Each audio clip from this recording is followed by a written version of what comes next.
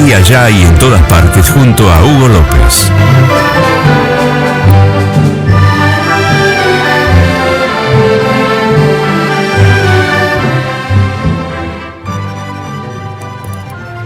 Habíamos ya hablado que íbamos a tener una nota que tenía que ver con la tragedia que vivió el país con el ARA San Juan y bueno, convocamos a quien ya habíamos tenido algunas comunicaciones hablando sobre este tema y ya lleva todo esto más de un año, y es Ricardo Corbacho, ex oficial de la Armada.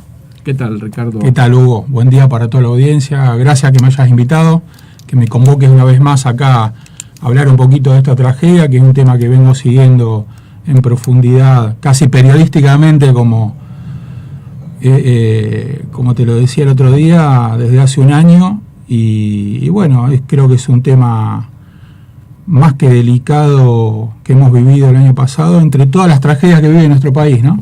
Esto que decías vos, investigado como oficial de la Armada, y que ahora después vamos a charlar qué historia tener incluso con este submarino o el similar que tiene la Armada. En toda esta historia, cuando vos decís una investigación casi periodística, bueno, con rigurosa como deben ser todos los estudios de estas cuestiones, pero el tema de incorporarle lo periodístico lo hace que la gente se interese más, bueno, porque lo periodístico tiene un relato muy, muy particular que hace más interesante es el tema, digo, pero para preocupar más a la gente con esto, yo hace un rato decía que si se tiene exacta dimensión de lo que significó para el país esta tragedia, desde todos los puntos de vista, desde lo sociológico, lo político, lo geopolítico, ¿no? Tiene todos estos ingredientes, van apareciendo a través de ese estudio. Y mirá, a ver, yo no soy, si bien estuve en el submarino Gemelo hace muchos años como cadete, hace años que vos sabés estoy siguiendo el tema de los submarinos casi como hobby. Bueno, tu tesis fue hecha sobre el primer submarino que tuvo la historia de la humanidad, que es el submarino de Isaac Peral. Incluso esto lo voy a decir, hicimos algunos programas. Vos, bueno, ahora te encontraste con los dos libros que editó el nieto. Digo, o sea, la historia del submarino vos la venís estudiando porque siguiendo como hobby. Fue tu tesis, ¿no? Fue una investigación más.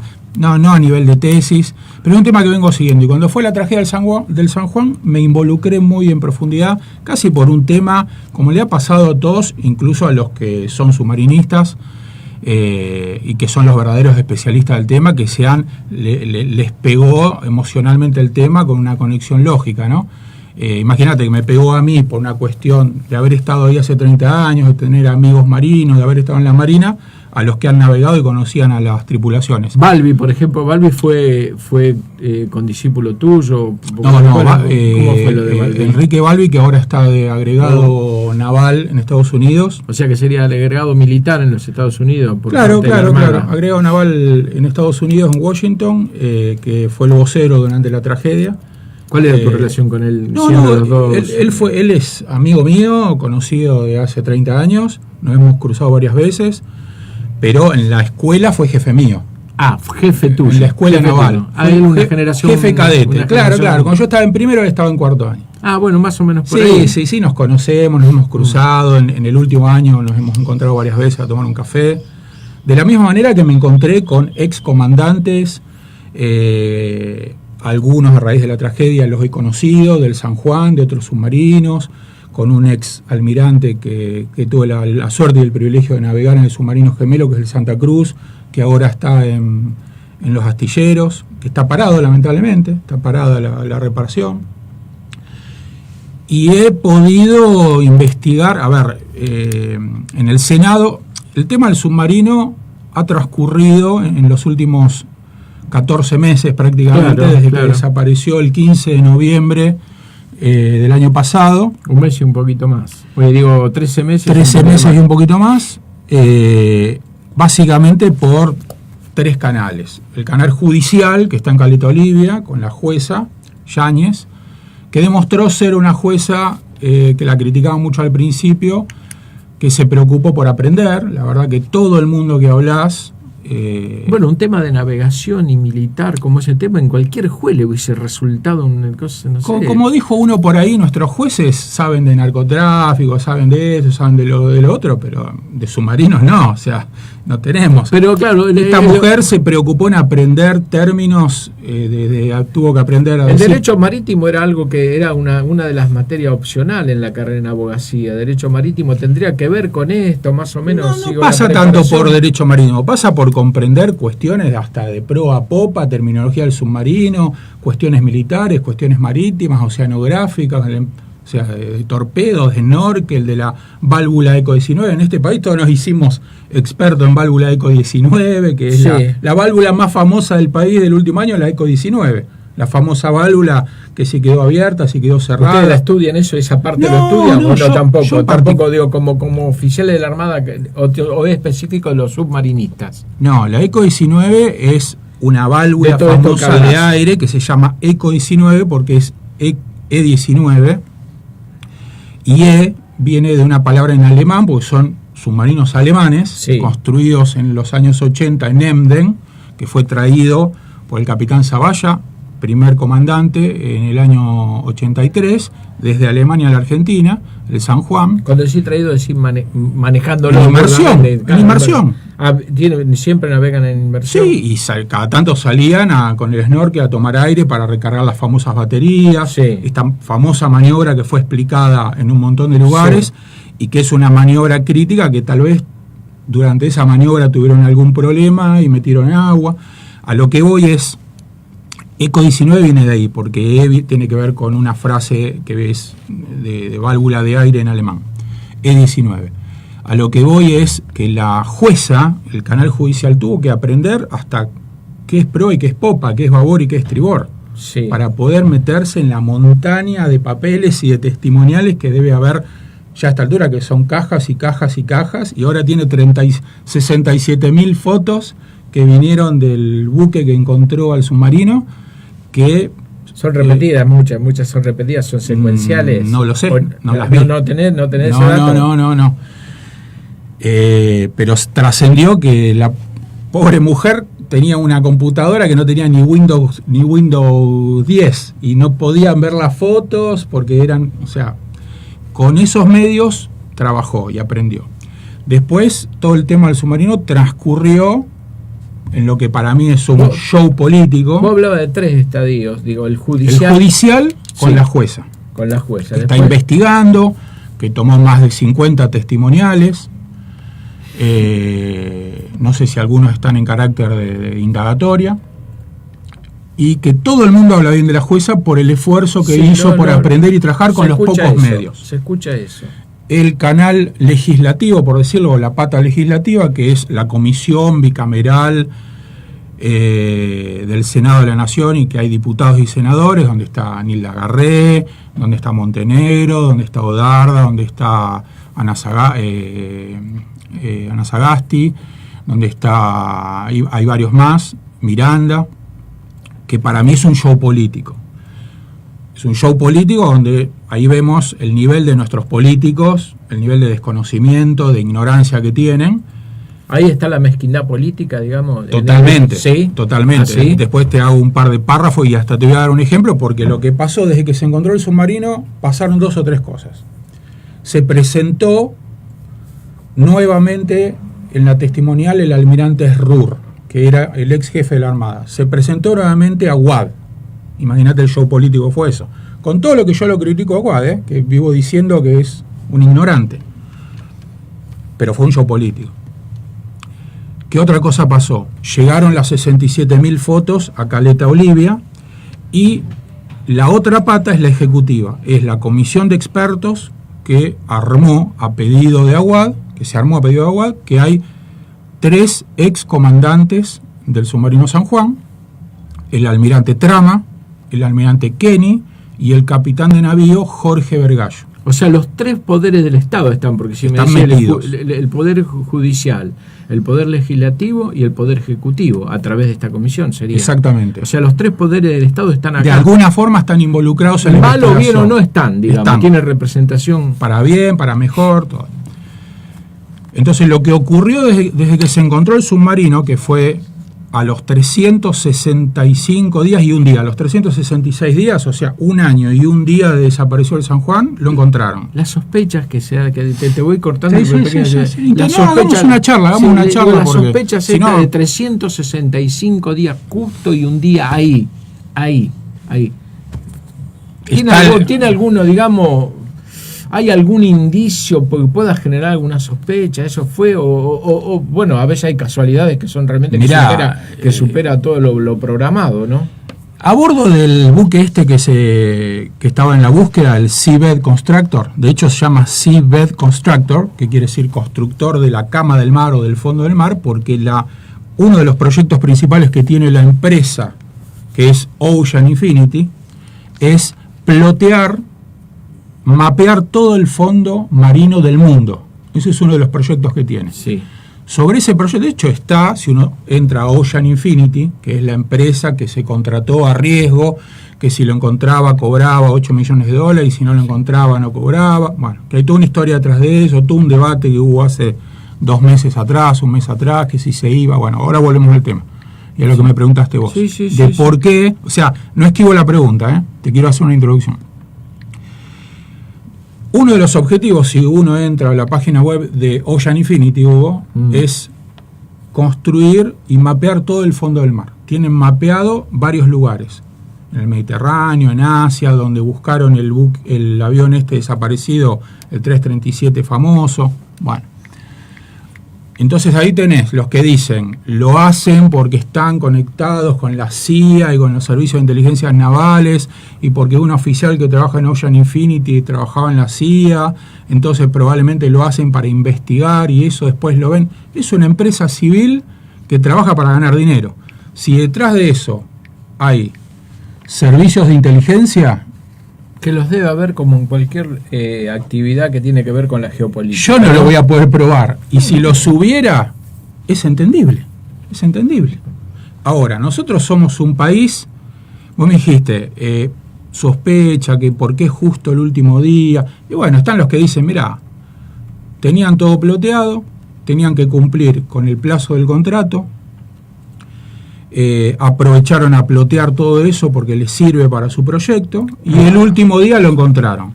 Ahora, ¿cómo lo probás? Y si vieron otras cosas tampoco lo vamos a enterar, ¿no? Después están los que dicen, igual a mí eso es lo que menos me importa, porque lo encontraron. O sea, la realidad es que se encontró. Si todo el país quería que se encuentre el submarino.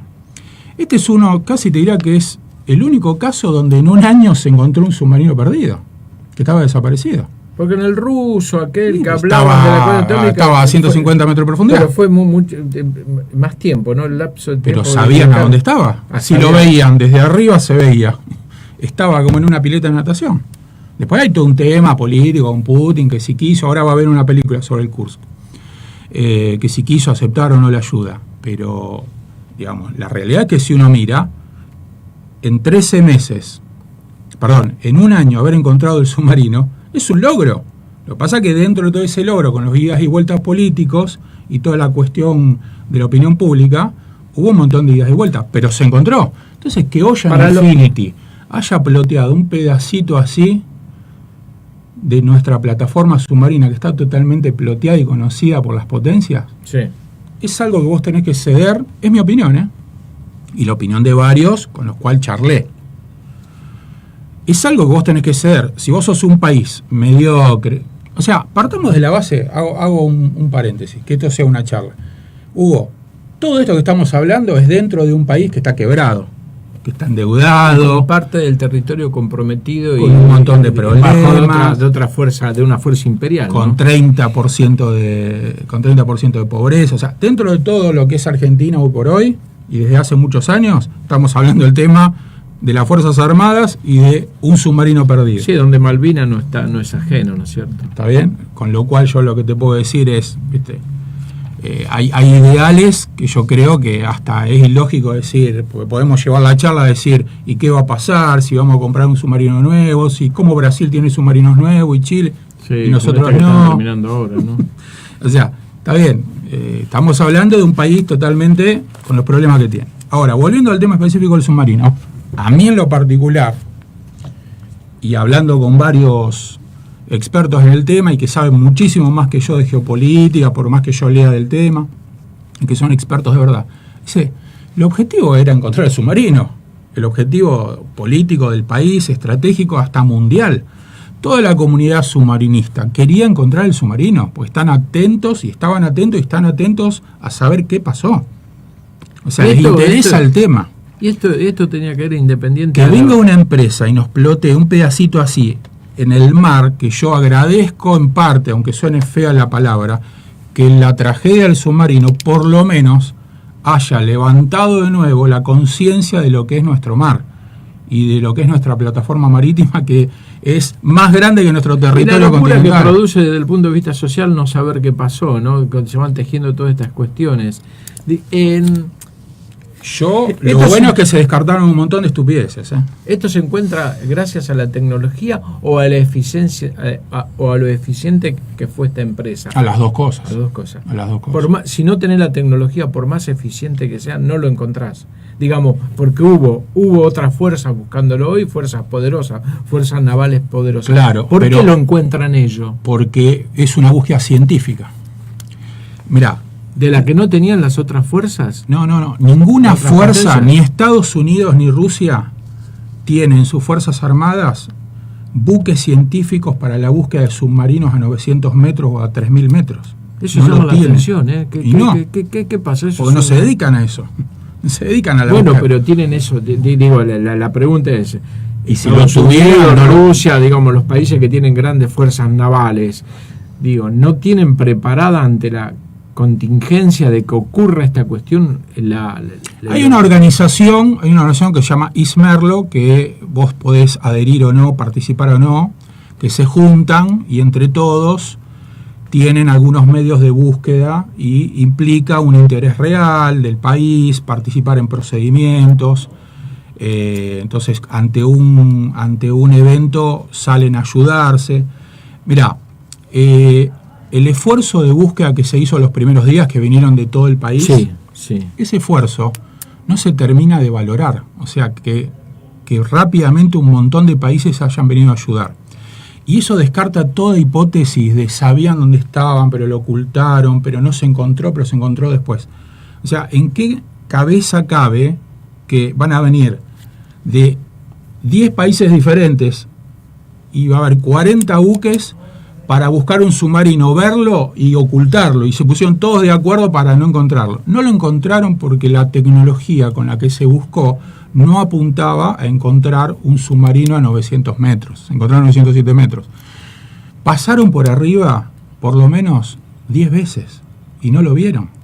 A este mismo buque científico que tiene un equipamiento especial que baja y barre el fondo, porque es para eso, le costó encontrarlo. Porque la imagen digital claramente no parece un submarino. Era por imagen, no por ondas de algún tipo. Sí, no, tienen sonares de barrido, de haz, y que van bajo, y después se arma una imagen digital. Cuando ven que ese punto se llama Point of Interest, creo que era el punto de interés 43, puede ser probable que sea el submarino, bajan con otro equipamiento, bajan con los robotitos y lo filman de cerca, que es lo que hicieron. Y ahí de cerca recién ven que es el submarino, pues empiezan a ver la vela, todo.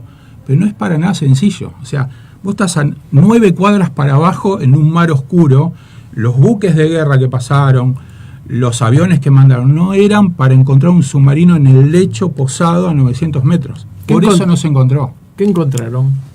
¿Qué se dio hasta ahora? ¿Qué fue lo que se encontró? Mirá, yo el otro día me encontré con 2 submarinistas que están muy metidos en el tema y les preguntaba lo mismo. Digo, ahora se encontró el submarino. Tenemos 67.000 fotos digitales y una filmación que aparentemente hasta ahora solo la vio la jueza. Esperemos que alguna vez se sepa algo. ¿Qué se sabe hasta ahora?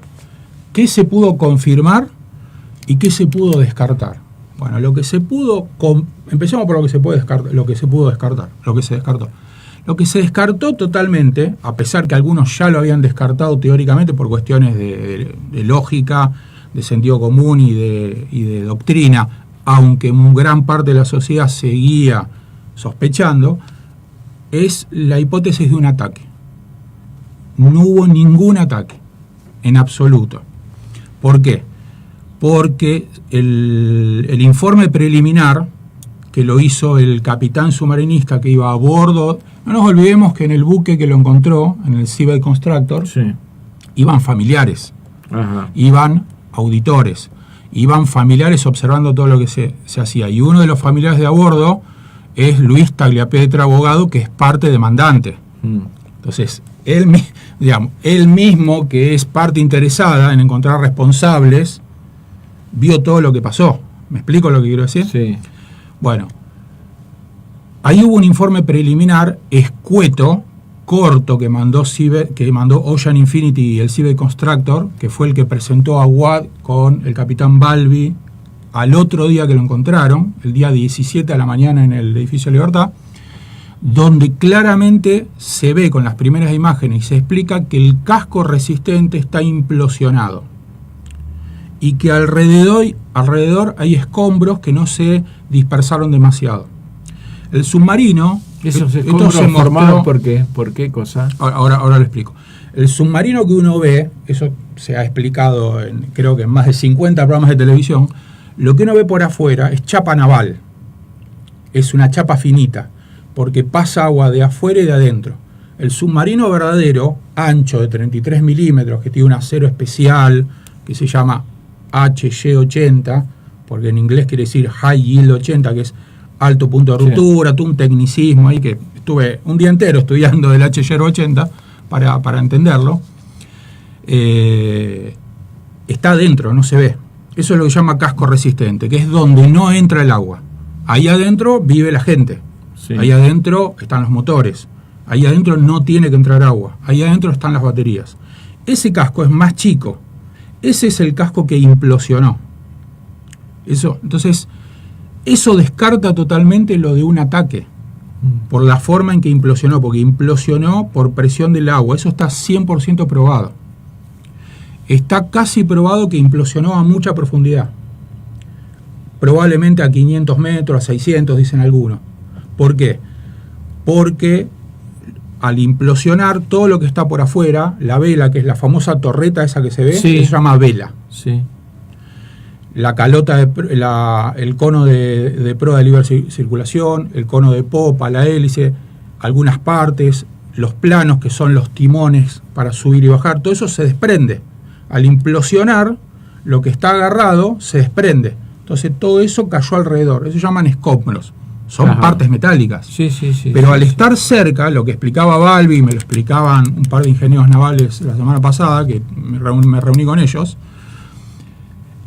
explica de que implosionó a mucha profundidad, probablemente a 500, 600, 700 metros, porque si hubiera implosionado a 80 metros, como decían que el submarino, este ingeniero que salió los primeros días, que decía que el submarino estaba mal soldado, Sí. y que por eso no se podía sumergir más de 50 metros, quedó totalmente descartado de que eso no es así. Porque si hubiera implosionado a 100 metros, para abajo tenía 800 metros, entonces todos esos pedacitos que se soltaron se hubieran dispersado por lo menos 400, 500, 600 metros por las corrientes, se hubieran ido.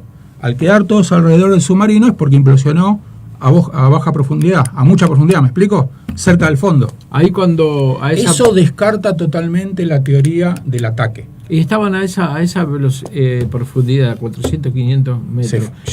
¿Lo llevan el coso o producto de la explosión? No, ahí ya iban probablemente o todos fallecidos o impedidos. Lo que hace que se vayan a esa profundidad es la explosión, probablemente a 40, 50 metros, del hidrógeno de las baterías. Ahora, ¿Me explico, viajaste, no? ¿Me sí, explico? perfectamente, viajaste en el similar. ¿No tienen mecanismo, en los aviones serían las cajas negras, que vayan mandando alguna señal que está ahí permanentemente? No. No existe eso. No, tienen ahí bases de datos y computadoras que quedaron en el fondo. No, los submarinos no tienen caja negra, porque es un instrumento militar estratégico. Pero para la propia información de las Fuerzas Armadas. Ahora contanos lo siguiente, cuando vos navegaste en el otro, en el similar, que Estoy hablando, yo navegué hace 30 años. bueno, era nuevito, ¿no? Era nuevo. Era nuevo Era nuevo. y tuvimos una emergencia. Es un buque... eso se puede decir, puede contar cómo fue la emergencia. En el otro, ¿de qué se trataba? Aparte yo no tengo nada, no tengo nada que ocultar. Se rompió a 250 metros, se nos rompió, que eso después nos lo explicaron bien, pues nosotros éramos cadetes y estábamos ahí presenciando una emergencia, después nos explicaron qué había pasado. A 220, 230 metros, por la presión, se rompió una válvula de casco, empezó a entrar agua en los motores y salimos de emergencia, pero salimos de casualidad porque si se nos plantaba el motor nos íbamos para abajo de nuevo, y abajo había 500, 600 metros. O sea, lo que te quiero decir es... ¿No sale a flote por sí solo el submarino? A esa profundidad se pueden soplar tanques y ahí sale como una pelota automáticamente, claro, hidrostáticamente, sí, pero no es muy eficiente. En ese momento, como teníamos motor, lo que se hizo fue subir con motor y a más o menos los 110, 120 metros ahí recién se sopló. Y ahí se sale por motor y por flotabilidad positiva. El tema es que acá lo que no se sabe, primero, otra cosa que se sabe y se comprobó que es más importante que si fue atacado o no fue atacado. Porque para toda la comunidad submarinista y los expertos, sí, para mí desde el primer día, sin ser experto en el tema, lo del ataque era una estupidez. Pero ahí sí. Lo que pasa es que es difícil explicar, al no tener pruebas al público en general, que no fue atacado. Y la realidad es que a todos nos gustan las teorías conspirativas porque son hermosas. Es lindo pensar que hubo un ataque inglés. Y a veces hay que buscar algún justificativo. En el buen sentido, no lo digo irónicamente. ¿no? Porque parte de la hasta conducta humana. Hasta es entendible. Pero parte de la conducta humana, esa para poder entender las cosas o por lo menos para poder resistirlas. Exactamente. ¿No? ¿Sabés lo que? Otra cosa importante que se comprobó, que la Armada Argentina, está bien, yo tengo mi corazón con la Armada, es mi alma mater, la escuela naval es mi alma mater, entonces vos podés decir, bueno, tu opinión está sesgada. No, lo han dicho gente que es de afuera, y lo han dicho políticos. La Armada Argentina nunca abandonó a sus hombres, como se decía, que los habían abandonado, que estaban golpeando el casco 3 días y no lo fueron a rescatar a 300 kilómetros al norte, porque el submarino apareció 300 kilómetros al sur de donde habían sido los supuestos golpes de casco. Lo habían descartado porque analizaron que no era el submarino, era otra cosa, está explicado 20 veces. No me voy a poner a explicar ahora de qué era porque estamos ahora hablando. La famosa explosión que escuchan en Europa. Yo me refiero al tema de que durante mucho tiempo, sí, incluso el abogado Burlando, que es uno de los patrocinantes, salió un día, espero que no sea amigo tuyo. No, hay que ser amigo de los abogados, ¿no? Por las dudas, no hay que pelearse. Pero Burlando se habrá puesto dedicado a estudiar un poco esta cuestión del submarino o salió como... No sé por qué, pero mi amigo el doctor Fernando Burlando dijo un día que la Armada Argentina había hecho abandono de personas y que tenían las pruebas de que habían estado golpeando y los habían abandonado. Quedó totalmente descartado. Con esto, porque el submarino apareció 300 kilómetros abajo, sí, en la misma ruta que había marcado el almirante López Maceo y su jefe de operaciones, en el mismo lugar, exactamente ahí estaba el submarino. ¿Estamos bien con la hora? No, estoy mirando para ir dosificando, para ir dosificando. Para no irme por las ramas. Porque a mí hay un tema que me interesa mucho. A mí lo que me interesa es como sociedad que sacamos de conclusión de esta... de conclusión que no se puede tener... De esta crisis. Un ministro de defensa como Aguad, un hombre totalmente ignorante de estas cuestiones de la seguridad de las Fuerzas Armadas, y no sé cómo catalogar la actitud del almirante, ex jefe de la Armada, Errur. Bueno, mira, Hugo, vos sin conocerlo y que hemos hablado hace 4, 5, 6 meses, te quedó todavía, te acordás del tema de Errur. Errur, mira, para mí, la tragedia, ahora voy a hablar de Errur. La tragedia del submarino, y te hago una pregunta, esto para que sea una charla. Un jefe que no se hace cargo a cualquiera, cualquiera lo impacta. Pues ¿no? La pregunta, vos fíjate cómo te hizo ruido a vos. Nosotros somos ciudadanos.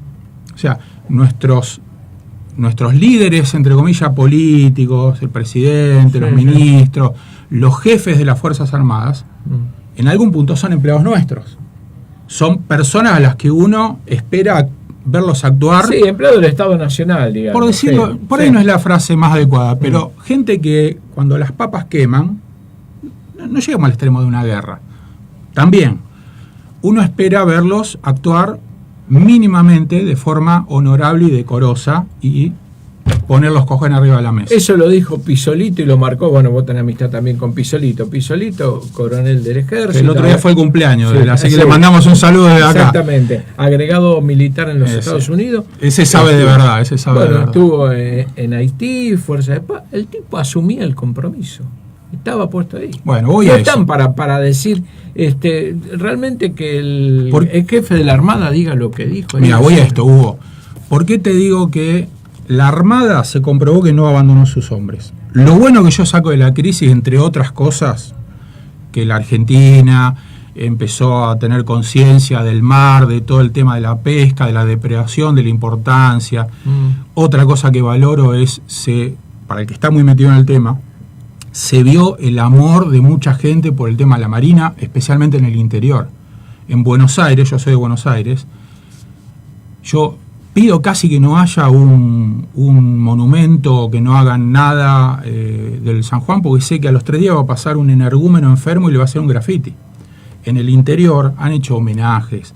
En Olavarría, que es el pueblo de uno de los oficiales que iba a bordo, que murió, todo el pueblo se juntó y le hizo un monumento, un homenaje, una plaza. O sea, hay un montón de cosas positivas. Una de las cosas positivas es que la Armada, cuando yo digo la Armada, sus hombres se unieron y salieron con buques, que algunos no están en sus mejores condiciones, en tormentas, en situaciones peligrosas de mar, casi a nivel operativo de combate, a buscar a sus compañeros camaradas.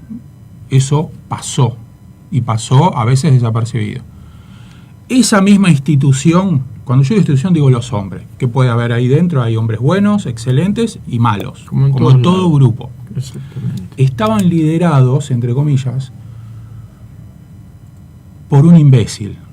Y lo digo así, porque yo, una persona que no era respetada, que lo volvieron a llamar a la testimonial y fue cacheteado por todos los senadores y diputados. Fue vergonzoso. Tuvo 4 horas que yo escuché 3 veces esa testimonial y la tengo desgrabada. Vos me habías dicho que la primera vez la había seguido minuto a minuto, ¿no? Y la segunda minuto a minuto 3 veces. Es vergonzoso el papel, porque vos, ¿qué pasa? A ver, se queja de que no le informaban, de que eran desleales con él. Conceptualmente, ¿qué quiso hacer? ¿Deslindar responsabilidades? Deslindó responsabilidades, se lavó las manos, dijo que la gente de abajo... Te doy 2 ejemplos porque... ¿Qué dijo? Sí, soy un imbécil. Tendría que haber dicho eso. No, en todo momento se quiso lavar las manos. Lo que quiero decir es que él era una persona que no tenía liderazgo. Menos mal que no fue Malvinas este tipo de persona, ¿no? Mirá, menos mal, ¿no? Te iba a decir eso. En la Armada hay una frase que es muy común y por ahí tal vez en las Fuerzas Armadas, que uno dice, con este voy a la guerra y con este no voy a la guerra. Bueno, hay mucha gente hoy en la Armada que son excelentes profesionales, yo los conozco mucho y muchos de referencia. Te doy un ejemplo. El que hoy es el comandante de la Fragata Libertad. Yo con esa persona voy a la guerra. Es una persona brillante en todo sentido. ¿Y también de tu generación es un año más antiguo que yo, el capitán Funes. Por darte un ejemplo de un montón. Tengo un montón de amigos míos que no los voy a nombrar porque son amigos míos, no correspondería. Pero también hay de los otros. Con todas las personas que hablé, más de 30 que lo conocían, 32, todos me dijeron, con esa persona jamás hubiera ido a la guerra. Eso... ¿Qué es un timorato? Un timorato, un cobarde. Lo único que le importaba era mantener sus privilegios. Cuando vos, la vida te pone en una crisis tan importante, no podés actuar de forma tan timorata. En ese lugar? Entonces yo ahí me planteo algo. Sí, vamos a hablar de la Armada, porque hablar del país, ir, la política, los presidentes y todo, nos vamos a ir por las ramas. Pisolito te lo hablará a nivel más estratégico. Si no tenemos que rever... Creo que uno podría ir a la guerra con él, ¿no? Si no tenemos que rever, o como institución, las Fuerzas Armadas, la Marina, no tendrá que ver, o los políticos, cómo se eligen a los líderes.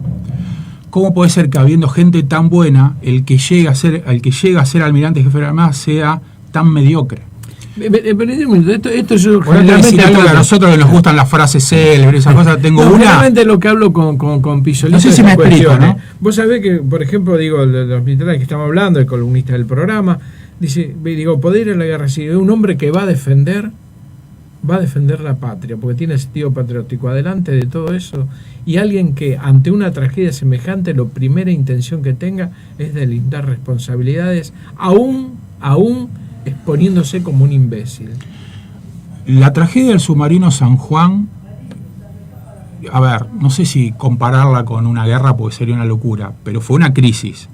Entonces, vos estás conduciendo una institución, como puede ser el Ejército, la Fuerza Aérea, y como hay muchas otras instituciones del país, con poco presupuesto, donde le pedís a la gente que salga a navegar o que haga cosas, y muchos están desmotivados, porque navegan poco o no navegan, porque no pueden volar los aviadores, donde los medios no son los mejores, donde ven que Chile, Perú están 10 veces mejor que nosotros, o sea, entonces tenés que ser el mejor líder, o sea, esa persona que esté puesta ahí tiene que ser el mejor. A nosotros nos gustan las frases célebres y a veces hablar con frases célebres es complicado porque suena a frase hecha. Pero como nosotros somos muy lectores de la historia, en la historia militar hay un montón de frases relacionadas con el tema del liderazgo. Hay una que me gusta mucho, que la leí el otro día, del famoso general Colin Powell, creo que la dijo Colin Powell o Norman Schwarzkopf, el famoso Colin general. Powell, mira vos, casi pudo haber sido presidente de Estados Unidos de una lavandera, ¿no? Exacto, pero creo que la dijo Norman Schwarzkopf en realidad, fue el que fue a la Primera Guerra del Golfo. Dijo, los mediocres son los que siempre viven pidiendo permiso a cada paso que dan. Y mueren en la cama. Y los verdaderos líderes son los que accionan aunque se equivoquen. El verdadero líder que es un tema que también me gusta estudiar mucho, y lo hablamos el otro día con un contraalmirante, es el que se gana el respeto. La lealtad hay que ganársela. Sí. Vos no podés exigir lealtad por el solo hecho de tener acá top brass, como dicen los norteamericanos, de tener dorado o de ser almirante. La lealtad hay que ganársela, la lealtad es para arriba y para abajo, aunque estés en una institución militar. Entonces, el señor Sroor sigue diciendo que a él no le informaron tal cosa, que fueron desleal con él, que él no le avisaron, todo en un manto de mentiras y tergiversaciones. Fue cacheteado por Nilda Garré. O sea, él no conocía lo que conducía. Era un no quiero ser maleducado. Una figura decorativa. No era un líder. Entonces él se queja de que tal día no le avisaron tal cosa. Se queja de que la Armada de Estados Unidos no le avisó que había escuchado un sonido de una implosión el día 15 a la mañana y que se lo había avisado López Maceo. ¿Y qué culpa tiene López Maceo? Se lo avisaron a López Maceo porque tenía el contacto. Pero la verdad que estuvo mal la Marina, entonces no avisarme. No te lo avisaron a vos porque eras un tonto. Porque si hubiera sido un líder te lo hubieran avisado a vos. Dice Perón, que se le presenta, no sé si me explico, ¿no? Que se le presenta a un militar, no sé de qué graduación, le dice, general, que tenía un problema. Dice, no tenemos, ni para defender el honor. Perón lo cuenta y dice, inmediatamente lo destituí. Porque él le dijo, usted para defender su honor tiene su vida. Y bueno, una gran verdad. Y esto tiene que ver un poco, ¿no? De qué es lo que vos estás conduciendo. Yo, que hace un año y un mes que estoy sumergido en este tema, empecé desde el tema de qué pasaba con el snorkel para acordarme de cómo funcionaba, que se entró el agua, que lo que decía, y estuve 4 horas escuchando a un ingeniero naval que es el que sabe, uno de los que más sabe, que es López Varela. Sí, yo lo he escuchado. Que es brillante, a Cachito Tobías, al capitán Tobías, que yo tuve el honor de navegar con él y fue profesor mío en la Escuela de Submarinos cuando embarcamos, que saben de verdad, con los ex submarinistas. Pero uno, al empezar a escuchar todo, empezás a ver la fase política. Entonces, verla a Nilda Garré, que no es santo de mi devoción, como dice Feynman, a la hermana Teresa, que destruyó a las Fuerzas Armadas, políticas las destruyó, cacheteándolo a Sroor y dándole lecciones de moralina y lecciones de conducción y liderazgo, y que el otro con cara y la voz cortada, ¿viste cuando la gente no tiene argumento que se le empieza como a cerrar la glotis y hablan así con la voz finita? Sí. Me dio tristeza, porque le dijo, señor almirante, conducir es ganarse el respeto de la gente, hacer que la gente le informe, que tengan confianza en contarle las cosas. Si sus subordinados no le contaron tal y tal cosa, es porque usted no se había ganado la confianza, no porque eran desleales, era porque usted tal vez era desleal con ellos. Lo mató. Y lo fueron atendiendo así de a uno. Por momentos me dio lástima, pero la conclusión de esto es que hay un problema de liderazgo. Los número uno tienen que ser los mejores. Y lo más triste de todo, que abajo seguramente, y lo sé por referencias, hay muchos que son excelentes y se terminan yendo. Pero lo que pasa se terminan yendo porque los ministros de defensa y los presidentes siempre eligen con una mirada política. Al que menos ruido, al que menos se va a quejar, claro, al acomodado. De la Rúa lo eligió a Perdiné porque era el cuñado, y así todo. En vez de elegir a los mejores. Lo que pasa, vos hablas de liderazgo, y en estas cuestiones los liderazgos lo ejercen los estadistas. Si tenemos un problema en el país, que tenemos a alguien que está muy muy lejos de todas estas cuestiones, y en el momento y en la crisis que vive nuestro país, lo que se necesita es, se sale con un líder, no se sale con un, yo le diría político, que le queda grande también. No tengo dudas de eso. Ahora tenemos problemas de liderazgo a todo nivel. Yo porque estamos hablando del tema de la Armada y del submarino. No, pero esto todo tiene que ver con todo. Yo tampoco soy politólogo para, ¿viste? No, pero uno ciudadano vive acá, vive esta realidad. Ahora, este submarino ¿estaba preparado para salir? Sí. ¿Así? Va a tener una parte de la biblioteca que te va a decir que no, y una parte de la biblioteca que te va a decir que sí. ¿Se sabe hoy por qué ocurrió la explosión? ¿Cuál fue la causa? Yo te digo por qué sí. ¿Por qué? A ver. Porque me lo dijeron 33 personas que no tienen ningún interés en decir que no. Bueno, esto es 33 personas expertas, entonces les creo. Bueno, lo que vos fuiste estudiando, ¿qué dicen? ¿Cuál es lo coincidente? No. Una cosa es si estaba preparado para salir, que es otra de las situaciones de SRUR que dan vergüenza, de que siga diciendo, para mí el submarino no estaba para... Llegó a decir, permitime volver a SRUR porque tiene que ver con tu pregunta, así la puedo explicar mejor.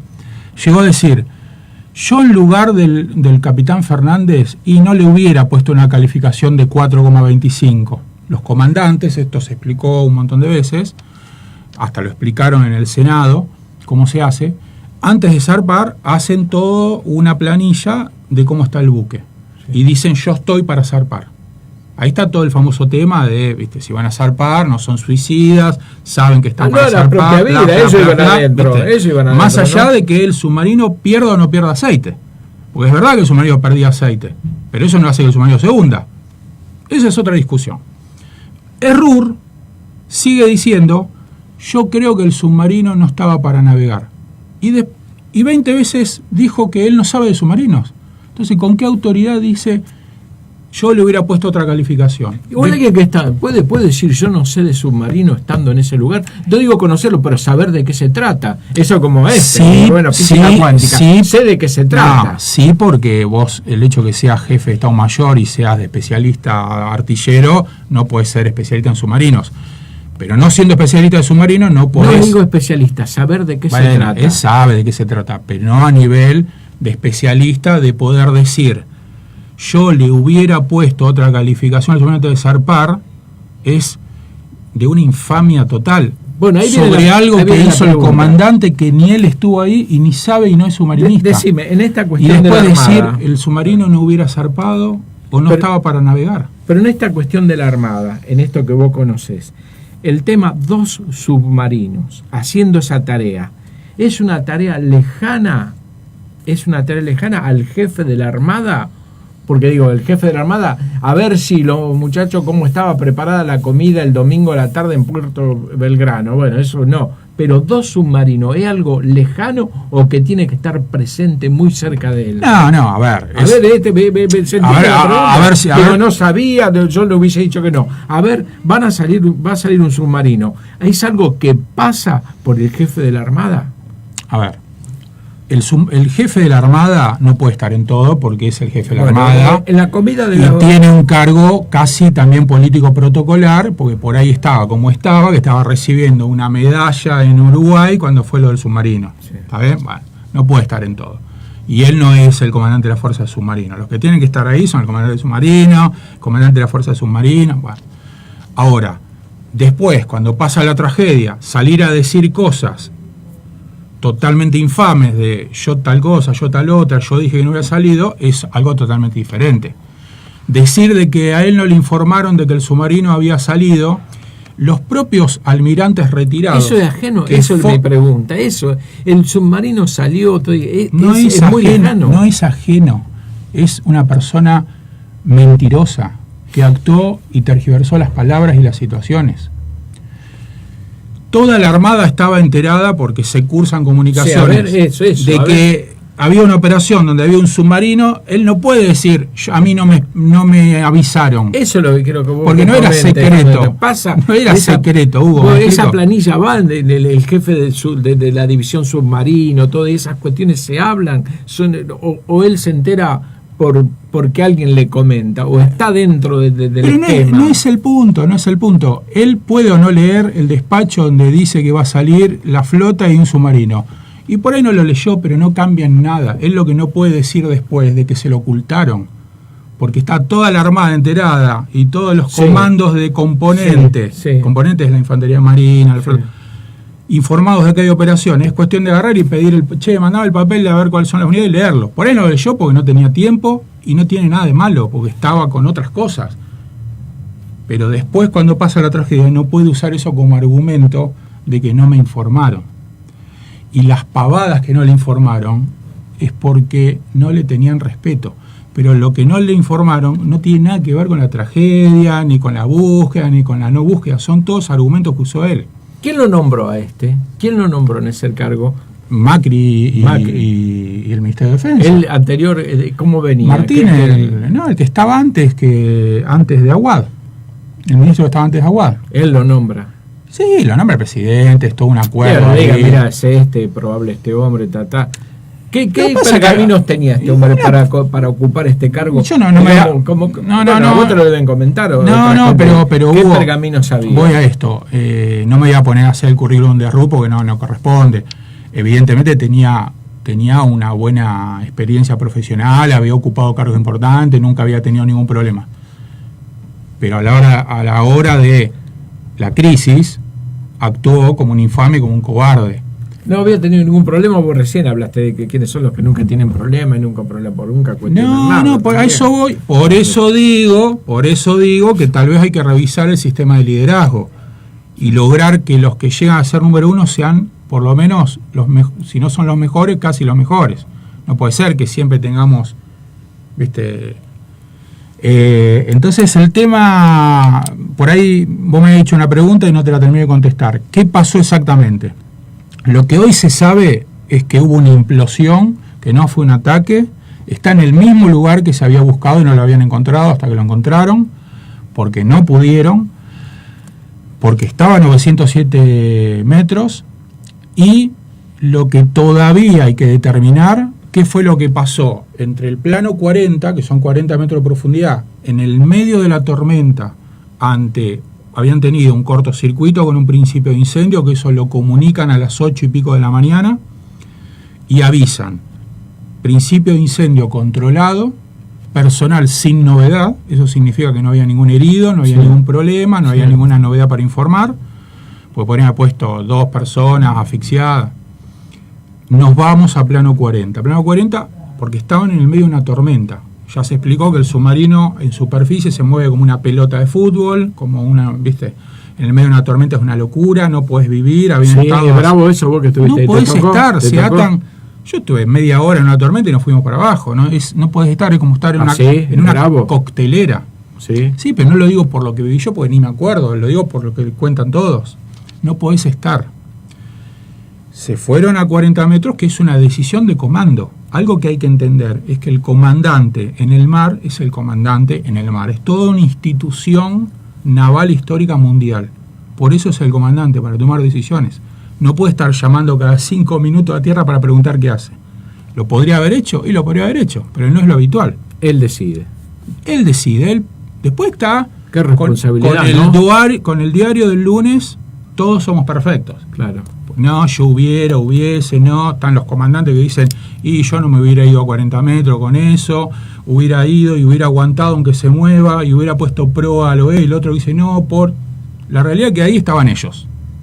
Y tiene un chief, el chief es el suboficial más antiguo del buque, que generalmente es el que más sabe. Un segundo comandante, que por ahí en el movimiento, en la tormenta, con el incendio, con lo que tenían, el problema, estaban con circuito dividido, o sea, el submarino tiene un montón de baterías, pero tiene 2 grandes grupos de batería, entonces puede propulsar con las 2 juntas o dividido, con la mitad de las baterías, las de proa o las de popa, ¿está bien? Las que se le habían incendiado eran las de proa. Batería que inventó en el principio del siglo pasado Isaac Peral, el gran Isaac Peral. Había hecho eso y la patentó. Y no sabía. Y le robaron la patente. Qué bárbaro. Tenemos que hacer una película de Isaac Peral. Eso de un día vamos a hablar de Isaac Peral. Bueno, pero no se sabe lo que pasó desde el plano 40 hasta que implosionó. Lo que sí se sabe es que perdieron el control y que la tripulación quedó impedida de hacer algo. Porque si no hubieran soplado tanques, hubieran tirado la boya, hubieran... para subir a la superficie. Lo que sea, soplar para subir. ¿Qué se busca ahí, subir a la superficie cuando está todo... La maniobra, yo le pregunté justo antes de ayer a un comandante de ese submarino. Sí. No voy a dar el nombre por cuestiones de fuente. Me dijo, la maniobra que se practica es ante una emergencia, voy a superficie. ¿Ah, sí? Sí. Y después pienso qué pasó. Porque en la emergencia vos no estás viendo abajo, a ver, che, ¿qué se me quedó? Vamos arriba.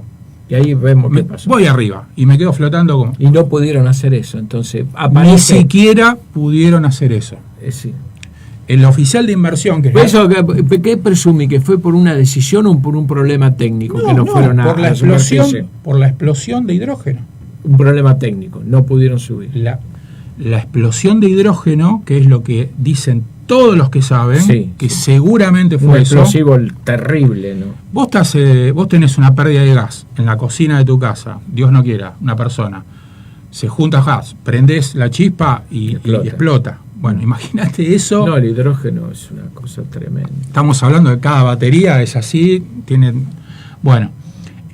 ¿Tuviste acceso a las baterías del otro, el similar a este, para verlas? Me hicieron bajar con el carrito ahí a ver, tuve 5 minutos y ya me quería ir. ¿Sí? Es una cosa así asfixiante que no te puedes ni mover, me hicieron 1 metro y volví. Imagínate, bajar a eso en medio de una tormenta. Lo que pasó, es lo que dicen todos, y habrá que comprobarlo, pero todo indica que pasó eso, es que se le siguió acumulando hidrógeno.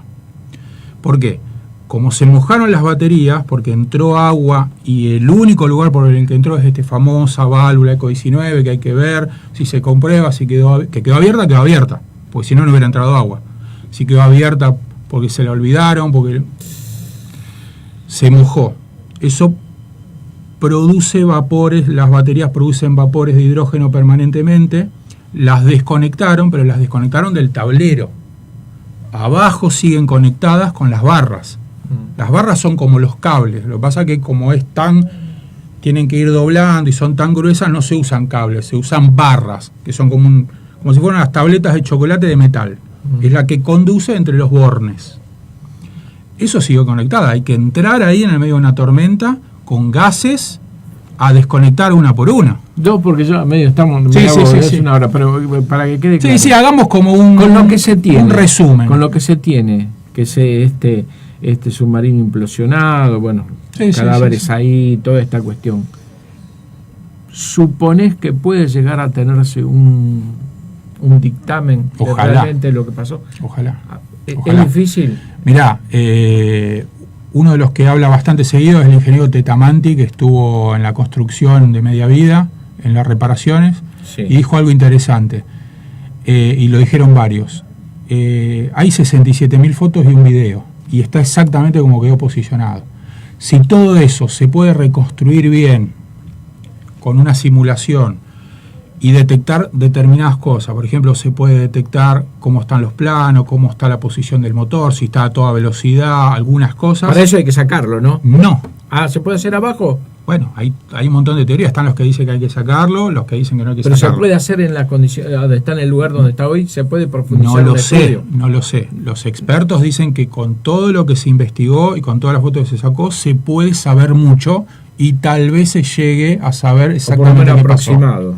Y después la mayoría dice que hacer el tema de sacarlo, aparte es un tema económico que ni siquiera se sabe si son 300 Habló millones. un señor desde Suiza, o un 500. argentino que vive en Suiza, y dice, no es tan caro, no se puede hablar de esa plata. Incluso en el reportaje... No pasa por la plata, Sí, pero pasa porque lo más probable es que se rompa. Pero le dice así, dice, nosotros nos dedicamos a rescatar cosas en el mar, de la que sea. Hablaba en castellano, yo no sé si, ¿por qué hablaba casi perfecto castellano? Algunas cosas se le complicaba, y él dijo, y cuando le dicen de esta cifra en dólares, dice, no, eso no vale eso. Y el periodista, bien, le pregunta y dice, no eso. Dice, si me está diciendo ahora, y tipo dice, no creo que salga más de 100 millones de dólares. No pasa por la plata, no pasa por la plata. Yo creo que pasa por una cuestión de que si vos hoy tenés el submarino ahí, tenés 67.000 fotos y un video, y después por ahí podés bajar de nuevo y con un robotito entrar Sí, tal vez y sí, filmar, sí. tal vez eso te da toda la información que necesitas. Entonces tal vez no necesitas sacarlo. Sacarlo es un proyecto en sí mismo que puede demorar 1 o 2 años. Claro, ahí está Y lo lo emocional podés del romper. cuerpo, ahí está lo emocional que Ahí son está los cuerpos, el otro ¿no? tema, que es el uso incorrecto que yo vi durante mucho tiempo del dolor del tema. Y el oportunismo político de muchos políticos que no les importa nada de la Fuerza Armada, todo, pero por ganarse políticamente correcto el tema de hay que reflotar al submarino. Te diría que ya más de la mitad de los familiares no quieren reflotarlo, porque quieren respetar. La tumba es esa es la tumba. En definitiva será lo que tenga que ser. Yo soy de la idea, porque formé mi opinión, de que tienen que quedar ahí y que la tumba del marino es en el fondo del mar, mientras con todo lo que se investigó y se sacó fotos se pueda saber y reconstruir la verdad. Si no se llega a la verdad, se verá después que se hace. Bueno, ahí está entre lo emocional y lo metafísico. Para ¿no? mí hubo un uso del dolor muy, muy inadecuado de muchos medios que han trabajado con ese tema de los familiares. Y hay algo que lo voy a decir, para cerrar, si vos me permitís, que creo que no lo ha dicho casi nadie, y que es, ¿y si fue un error?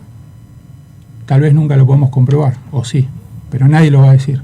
Porque está mal decir, fue un error, de que se equivocó, tomaron la decisión incorrecta. Sí, el que dejó la válvula esa que hablaba recién y abierta. se mojó. O sea, el submarino estaba en condiciones, implosionó a 600 metros, lo cual descarta el tema de que estaba mal soldado. Te voy a decir algo que dijo acá también un militar en esta mesa que mal viene. Dice, cuando un soldado en plena batalla cometió una falta grave y se lo sancionaba. Y me dijo el militar en esta misma mesa donde estaba vos, lo que pasa es que esa falta que hizo no es una pavada, le podría haber costado la vida a todo el batallón.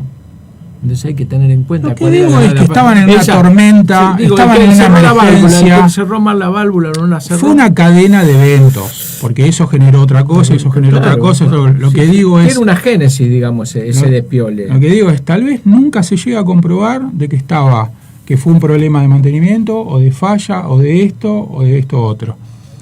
Por supuesto que está descartado el tema del ataque. Y tal vez hay que llegar a la conclusión de que hubo un error en esa válvula que quedó abierta y eso generó toda una cadena de eventos y de malas decisiones. El problema es que decir eso es políticamente incorrecto. Ah, bueno, ahora lo políticamente Porque, correcto nos llevó a este lugar. ¿cómo podemos decir que los 44 héroes, que para mí no son héroes, son personas que dieron su vida y que hay que homenajearles y recordar toda la vida? Pero me parece que el tema del heroísmo está a otro nivel. Sí, fue en batalla y otra cosa. Esa es otra discusión. Otra discusión. De hecho, vos sabés, los he homenajeado yo personalmente. Coincido. Los recuerdo. Ahora, ¿y si fue simplemente un error y eso desencadenó la tragedia? ¿Quién lo va a decir? Porque decir eso es políticamente incorrecto.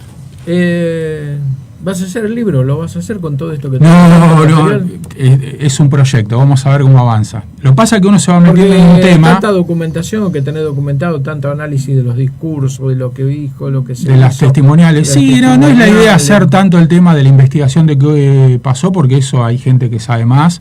Sí, un relato que diga, bueno, esto más o menos, acá he intentado acomodarme y ubicarme en este tema como fue, digo, para saber, pasó esto, así, esto no es, porque técnicamente está demostrado que no fue así. Me encantaría poder darle formato de libro a algo que vengo escribiendo que tiene que ver con la historia, la parte humana, todo el tema de la desaparición en su momento, la búsqueda, la tragedia. Sí, las cosas sublimes y las miserables, ¿no? Las sublimes y las miserables. El análisis hasta de la actuación del periodismo, pero bueno, vamos a ver cómo avanza. Estamos en ese proyecto. Bueno, Ricardo, te agradezco mucho el tiempo, la verdad, te agradezco que te preocupes por estos temas, porque no toda la gente se interesa por estas cuestiones. Cuando hablas con Pisolito, con otra persona, de temas de estrategia, de política, de interés nacional, y la verdad que tener estos espacios para expresarse es muy valioso. Sí, viste cómo en el mundo que cualquiera dice cualquier cosa, nadie pregunta. Nosotros tenemos un tipo de periodismo que le discute a lo entendido. Vos podés repreguntar y preguntar y preguntar. Pero hay periodistas que actuaron bien llamando a especialistas a hablar, sí. Y periodistas que actuaron opinando de cualquier cosa sin saber, que ni siquiera son opinólogos, porque opinólogos es que hacen, ¿no?, como una especialización en la opinión. Sí. Opinadores de café, digamos. Sí, me parece que... Yo todo lo que digo acá está en función de haber hablado con 30 submarinistas. O sea, por ejemplo, entonces sí, transmito casi a nivel periodístico, pero he escuchado gente que nunca pisó un submarino y daba clases de snorkel, de cómo se cerraba la válvula cabeza y los 3 sensores del snorkel, y nunca fueron a Mar del Plata. Bueno, Richard, un gracias, enorme, gracias. Y vamos a seguir con este tema. Y lo esperemos que novedades. Vamos a charlar un día de Isaac Peral, cuando quieras. El creador del submarino. Tengo pendiente en línea para sacarlo al aire al bisnieto. Bisnieto. Bisnieto del el bisnieto que escribió el libro, sí. Que está esperando que lo llamemos a España. Sí. Yo le había mandado algo por ahí también. Cuando quiera lo sacamos al aire. Sí, tendremos que tener... Es un personaje importante, te anticipo. Es un personaje particular. A Isaac Peral, qué mal que le pagaron, ¿no? Cuando le destrozaron el proyecto.